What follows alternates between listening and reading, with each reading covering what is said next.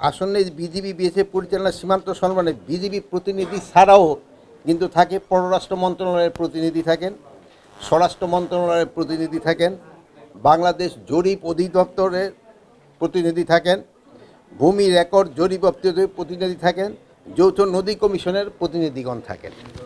তেমন এই জন্য এই মিটিংটার মধ্যে বিভিন্ন মন্ত্রণালয়ের জিনিসগুলো কিন্তু আলোচনা হয়।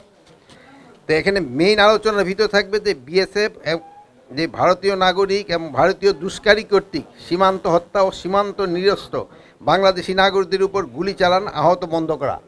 যে জানেন যে ভারতীয় নাগরিকরা বিএসএফ এবং এবং অন্যান্য যারা যে আমাদের যে সীমান্তে যে হত্যা করছে ওইটা যেভাবে হোক তাদের বন্ধ করতে হবে। এটা কোনোভাবেই গ্রহণযোগ্য না, এটা ইন্টারন্যাশনালিও এবং যে কোনো জায়গায় হোক না। এটা অনেক সময় দেখা গেছে যে বিএসএফ কর্তৃক এবং তাদের যে দুষ্কৃতিকারীরা আমাদের বাংলাদেশি নাগরিক ধরে নিয়ে যায় বর্ডার থেকে কৃষিকাজ করার সময়। এটা যেভাবে হোক এটা যেন তারা না করে, এই জন্য তাকে বলা। তারপর 3 নাম্বার ছিল ভারতীয় নাগরিকদের সীমানা লঙ্ঘন করে। অনেক সময় তারা সীমানা লঙ্ঘন করে অবৈধভাবে পারাপারের চেষ্টা করে, এই জিনিসটাগুলি যেন না হয়, এই ব্যাপারে আলোচনা হবে।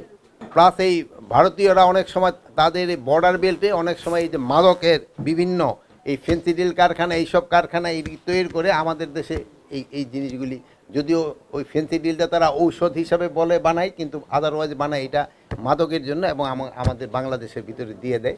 এইটার এই বিষয়গুলি নিয়ে আলোচনা হয়। প্লাস সীমান্তে 150 গজের ভিতরে অনেক সময় সে কতগুলি কাজ আছে যেটা করার নিয়ম নেই, ওইগুলি অনেক সময় তারা করতে চায়।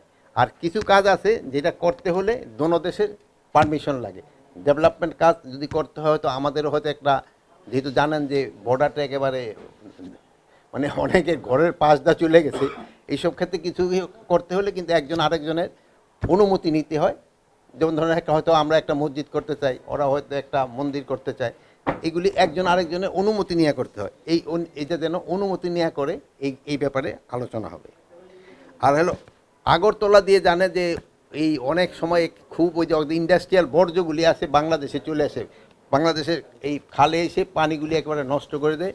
ওখানে আমাদের সাথে একটা চুক্তি আছে, হলো ইটিপি আর একটা হলো এসটিপি। এখানে আমাদের একটু হয়তো আগে যারা চুক্তি করছে ওইটা ইটিপি অবলিগ এসটিপি দিয়ে দিছে, ওইটার মধ্যে হওয়া উচিত ছিল শুধু ইটিপি রাখা, অথবা দুটোই ইটিপি এসটিপি দুটোই থাকতে হবে। কিন্তু এই জিনিসগুলি হয় নাই, এটার জন্য হয়তো আমাদের একটা চেঞ্জ তাদের সাথে হয়তো আমাদের আলোচনা হবে করার জন্য। তারপরে যে বাংলাদেশের যে নদী আছে এই নদীগুলি পানিটা যেন সুষম বন্টন হয়, এটার ব্যাপারে আলোচনা হবে। এই পানি চুক্তি বাস্তবায়ন কীভাবে করা যায় এই ব্যাপারে আলোচনা করবে। প্লাস এর তো রিভার নদী কমিশন তো আলাদা বড় লেভেলও আছে, বাট এটা ছোটোখাটোগুলি আমাদের এখানেও আলোচনা হয়, বাট এই বড় লেভেলটা এখানে ওইরকম আলোচনা হয় না।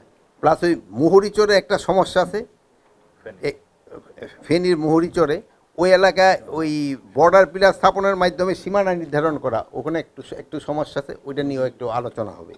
আর আরেকটা সবচেয়ে বেশি এই ভারতীয় এই যে গণমাধ্যম যে মিথ্যা সংবাদ পরিবেশন করে এবং এটা কিভাবে তারা বন্ধ করতে পারে এই ব্যাপারেও আলোচনা করবে। যেহেতু আপনারা এই ব্যাপারে আপনারা নিজেরও খুব সোচ্চার এবং আমাদের জনগণও সোচ্চার, এবং এটা তাদের বলে দেওয়া যে এই জিনিসটা তারা কিভাবে বন্ধ করতে পারে।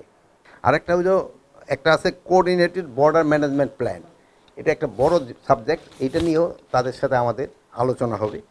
তারপরে হলো সবচেয়ে একটা কীভাবে দোনো দেশের সম্পর্ক আরও ভালো হয়, পারস্পরিক আস্থা বৃদ্ধি পায়, এগুলি ব্যাপারে আলোচনা হবে।